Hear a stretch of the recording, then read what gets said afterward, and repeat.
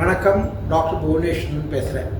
இன்றைக்கி ஒரு முக்கியமான புது டாபிக், புதிய தலைப்பில் உங்கள்கிட்ட அந்த கிளினிக்கல் ட்ரையல்ஸ், அதாவது இந்த மருந்துகள் மற்றும் மற்றவைகளை பரிசோதனை செய்யக்கூடிய அந்த ட்ரையல்ஸ் என்று சொல்லக்கூடிய அதை பற்றி சில விவரங்கள் உங்கள்கிட்ட சொல்ல போகிறேன். ஏன்னா நீங்கள் என்ன தெரிஞ்சுக்கணும், ஒரு மருந்து என்பது நமக்கு ஒரு மருந்தாக உபயோகப்படுத்துறதுக்கு முன்னால் இதை கண்டுபிடிப்பவர்கள் விஞ்ஞானிகள்.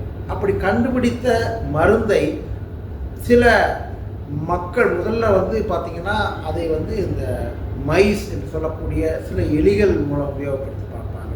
சில சமயம் பெரிய விலங்குகள், அது என்ன பெரிய விலங்குகள், பன்றி போன்ற விலங்குகளை உபயோகப்படுத்தி பார்ப்பாங்க. இதை ஃபேஸ் 1 ட்ரையல்னு சொல்லுவோம்.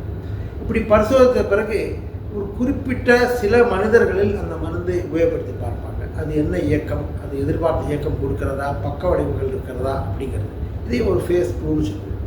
மூன்றாவது பார்த்திங்கன்னா அதை ரேண்டமைஸ்டு கிளினிக்கல் ட்ரையல்ஸ், அதாவது இந்த மருந்து கொடுத்து சிலருக்கு எஃபெக்ட் எப்படி இருக்குது, என்ன பாதிப்பு இருக்குது, என்ன விளைவு இருக்குது, கொடுக்காமல் அவங்களுக்கு அதனால் என்ன இருக்குது அப்படின்னு 2 கம்பேரிசன் சொல்லக்கூடிய ஒத்து பார்த்து கண்டுபிடிக்கிறதுக்கு இதுக்கு ஃபேஸ் 3 கிளினிக்கல் ட்ரையல் சொல்லுவோம்.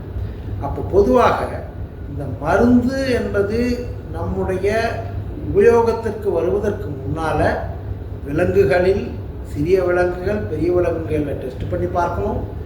குறிப்பிட்ட ஒரு சில மனிதர்களுக்கு அதை செலுத்தி பார்த்து அதனுடைய விளைவுகளை கண்டுபிடிக்கணும்.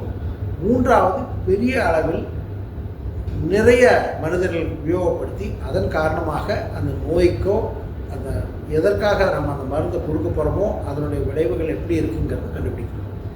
ஏன் சொல்கிறேன் அப்படின்னா, பொதுவாக ஒன்றும் இல்லை, உங்கள் ஆஸ்பிரின் மாத்திரை எடுத்துக்கங்க. இந்த ஆஸ்பிரின் மாத்திரை இருதயத்துக்கு நல்லதுன்னு கண்டுபிடிக்கிறதுக்கு முன்னால் பலவிதமான ட்ரையல்ஸ் என்று சொல்லக்கூடிய இந்த clinical trial phase 1, phase 2, phase 3 செய்து இதை சாப்பிட்டா உங்களுக்கு நல்லது அப்படின்னு ஒரு முடிவுக்கு வந்தாங்க.